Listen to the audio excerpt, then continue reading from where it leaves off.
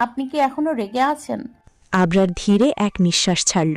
কুহেলির হাত নিজের হাতে নিয়ে খুব শান্ত স্বরে বলল, না পাখি, তোমার উপর রাগ করতে পারি আমি? তোমাকে নিয়ে ভয় পেয়েছি, সেই জন্যই এত উত্তেজিত হয়ে গেছি। তার চোখে তখন শুধু একটারই ছাপ, ভালোবাসা, দুশ্চিন্তা আর হারানোর ভয়। আবরারের এই ব্যাকুলতা দেখে কুহেলির যেমন ভালো লাগলো, আবার খারাপও লাগলো। ইস! মানুষটা না জানি কতটা কষ্ট পেয়েছে এই কয়েকটা ঘন্টা। তারপর আস্তে করে আবরারের গলার কাছের শার্টের কলার ধরে আরও কাছে টান দিল। আবরার ঠিক বুঝতে পারছে না কুহেলি কি চায়।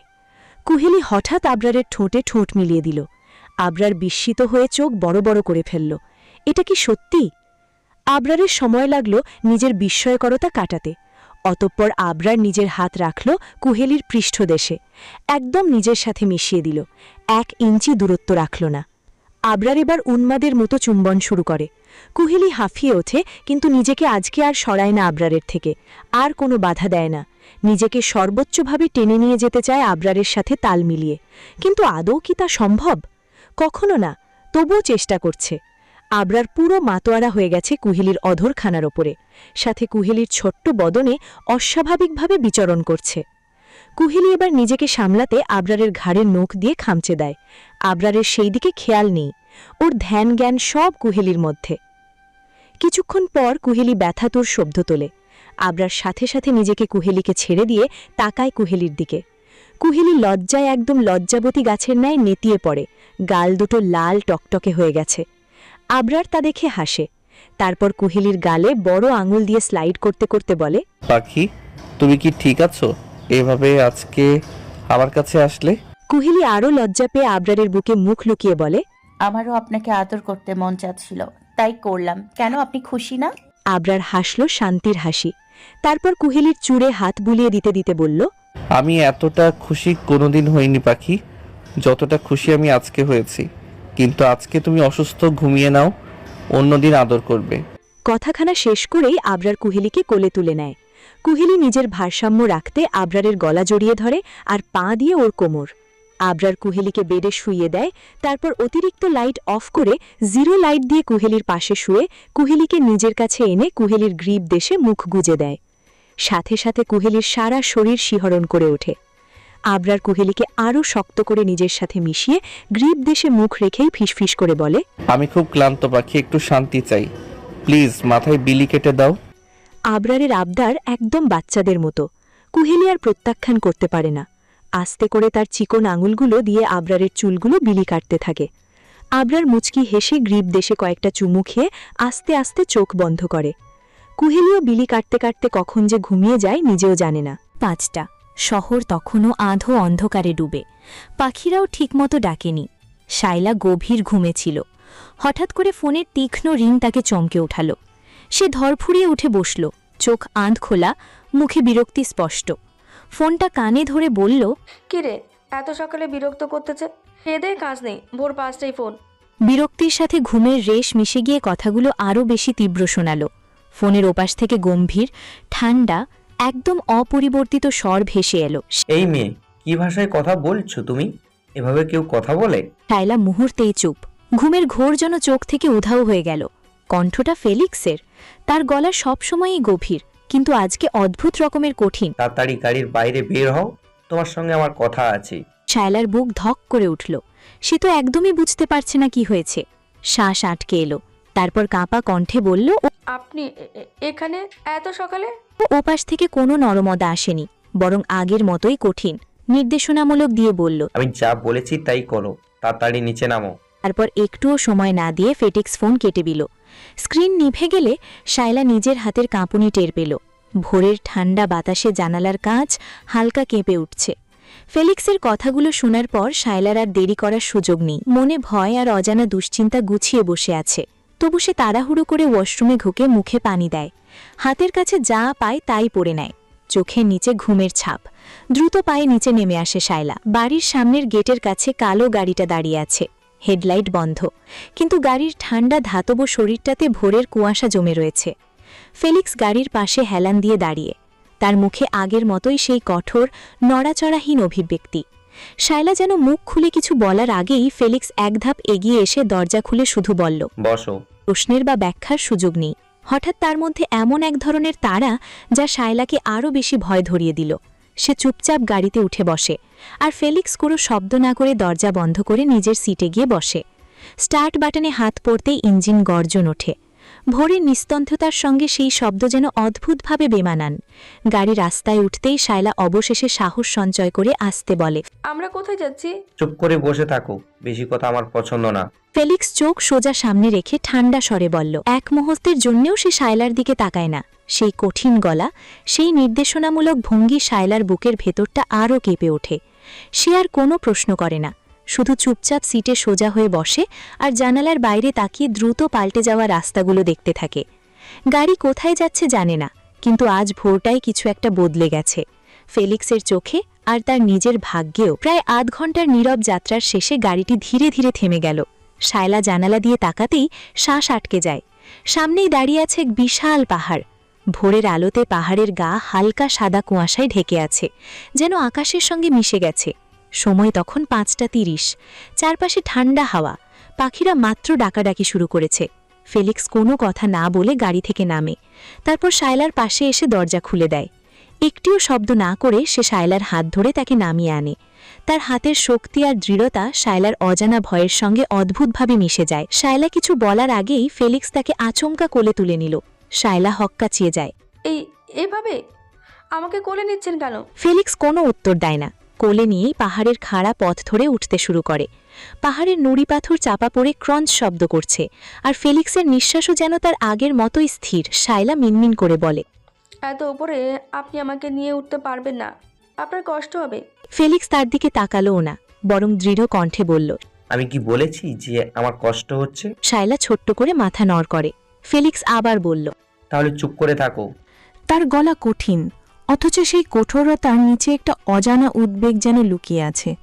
শায়লা সেটা বুঝতে পারে না, শুধু নিজের বুকের ধকধকানি বাড়তে শুনতে পায়। ফেলিক্স কোনো বিরতি না নিয়ে আরও উঁচুতে উঠতে থাকে।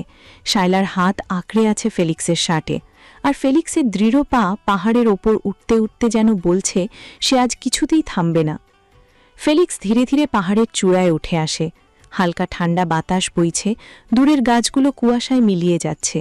চূড়ায় রাখা পুরনো কাঠের একটি বেঞ্চের সামনে এসে সে থামে, তারপর খুব যত্ন করে শায়লাকে সেখানে বসায়। শায়লা তখনও ভয়ে হতবুদ্ধিতে তাকিয়ে আছে। ফেলিক্স তার পাশে গিয়ে বসে। দুজনের মাঝে নিঃশ্বাসের দূরত্ব পর্যন্ত নেই, তবে তারা চুপচাপ। উপরে আকাশ ধীরে ধীরে লাল হয়ে উঠছে। ভোরের প্রথম আলো দিগন্ত ভেদ করে উঠছে। চারপাশের নীরবতার মধ্যে শুধু বাতাসের শোঁ শোঁ শব্দ।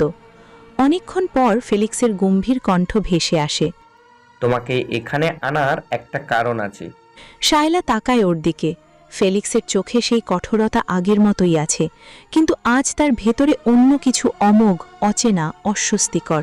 ফেলিক্স আবার বলে, হয়তো তুমি বলবে আমি আমার স্বার্থে তোমাকে এনেছি, হয়তো অন্য উপায়েও কাজটা আদায় করতে পারতাম।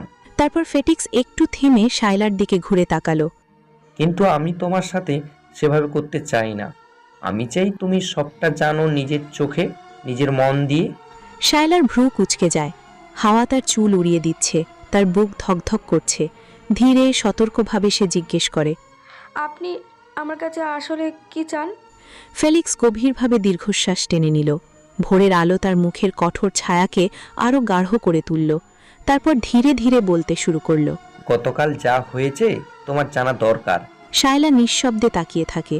ফেলিক্স বলতেই থাকে, ফাহিম কিভাবে কুহেলিকে কিডন্যাপ করেছিল, কিভাবে আবরার পাগলের মতো পুরো দেশ চষে বেরিয়েছিল, কিভাবে কুকুর, বডিগার্ড, হেলিকপ্টার সব কিছু নিয়ে সে মরিয়া হয়ে কুহেলিকে খুঁজেছিল। আর শেষমেশ তাকে পেয়ে আবরার কেমন ভেঙে পড়েছিল, আবার কেমনটা খুশিও হয়েছিল। শায়লার মুখ ধীরে ধীরে ফ্যাকাশে হয়ে আসে, তার চোখ বিস্ফারিত। আমার ভাই এগুলো করেছে? শব্দগুলো যেন তার গলা দিয়ে বেরোতেই চাইছে না। ভোরের শীতল বাতাসেও তার হাত কেঁপে উঠল। ফেলিক্স শান্ত গম্ভীর কণ্ঠে বলে, জানি বিশ্বাস করা কঠিন, জানি তোমার খুব খারাপ লাগছে, কিন্তু সত্যিটা এটাই শায়লা। কিছুক্ষণের নীরবতা। শায়লা চোখ বন্ধ করে পরিস্থিতি বোঝার চেষ্টা করে। শায়লা বুদ্ধিমান, এটা ফেলিক্স জানে। এবার শায়লা চোখ খুলে দৃঢ় গলায় বলল, ঠিক আছে, আমার ভাইয়া ঠিক কি করেছে তা আমার কাছ থেকে জানতে হবে। ভাইয়াকে ডেকে আনতেই হবে। ফেলিক্স নীরবে মাথা নাড়ল। শায়লা এবার দাঁড়িয়ে পড়ল, যাওয়ার প্রস্তুতি নিল। টেনশন করবেন না, আমি ওনাকে ডেকে আনবো। তারপর শায়লা উঠে যেতে নিলে ঠিক তখনই ফেলিক্সের হাত বিদ্যুতের মতো উঠে এসে শায়লার কবজি চেপে ধরে। শায়লা চমকে পিছনে তাকায়। ফেলিক্সের দৃষ্টি এবার আর গম্ভীর নয়, হাওয়ায় ভেসে থাকা আগুনের মতো কিছু একটা ঝলসে উঠছে তার চোখে। এত সহজে যেতে দেব ভেবেছ? তার স্বর নিচু, গভীর, অদ্ভুত রহস্যময়। সকালের কোমল সূর্যের আলো পর্দার ফাঁক গলে রুমের ভেতর ছড়িয়ে পড়েছে। সোনালি আলো এসে থেমেছে আবরারের মুখে। আবরার ধীরে ধীরে চোখ খুলতেই প্রথম যে দৃশ্যটা চোখে পড়ল তা হল কুহেলি। ছোট্ট বিড়াল ছানার মতো মুড়ে থাকা, খুব নরমভাবে তার বুকের ভেতর ঢুকে ঘুমাচ্ছে। বিশ্বের সব কঠোরতা, সব গর্ব এই মুহূর্তে যেন ধুলোর মতো উড়ে গেল আবরারের ভেতর থেকে। আবরারের ঠোঁটে অজান্তেই একটুখানি হাসি ফুটে উঠল। ইস, এই মেয়েটাকে এত ভালো লাগে কেন? মনের গভীর থেকে নীরবে কথাটা উঠে আসে আমার। কুহেলির নিঃশ্বাস আবরারের বুক ছুঁয়ে আসছে, চুলগুলো এলোমেলো হয়ে তার গালে লেগে আছে। আবরার আলতো করে তার ঠোঁট ছুঁয়ে দিল, কেবল এক চিলতে স্পর্শ, যেন সকালের আলোকে একটু ছুঁয়ে দেখল। কুহেলি নড়ে চড়ে উঠল, পিটপিট করে চোখ খুলে আবরারের দিকে তাকালো। অর্ধেক ঘুমে ভরা নরম কণ্ঠে ফিসফিস করে বলল, গুড মর্নিং মাফিয়া কিং। আবরারের বুকের কোথাও যেন কিছু দপ করে উঠল। এই মেয়ের ঘুম জড়ানো স্বরেও জাদু আছে, বুঝতেই পারে না ওকে কিভাবে বদলে দিচ্ছে। আবরার মিষ্টি হেসে কুহেলির কপালে আলতো ছোঁয়া দিল। গুড মর্নিং পাখি। কুহেলির ঠোঁটে ছোট্ট হাসি ফুটে উঠল। রুমের আলো, তাদের দৃষ্টি আর নিঃশব্দ সকাল সব মিলিয়ে জানে নিখুঁত এক শান্ত মুহূর্ত তৈরি হল দুজনের ভেতরে। কিছুক্ষণ পর কুহেলি দুই চোখ আধখোলা রেখেই ঠোঁট বাঁকিয়ে বলল, আমার ঘুমের সুযোগ নিয়ে আমাকে আদর করছিলেন তাই না?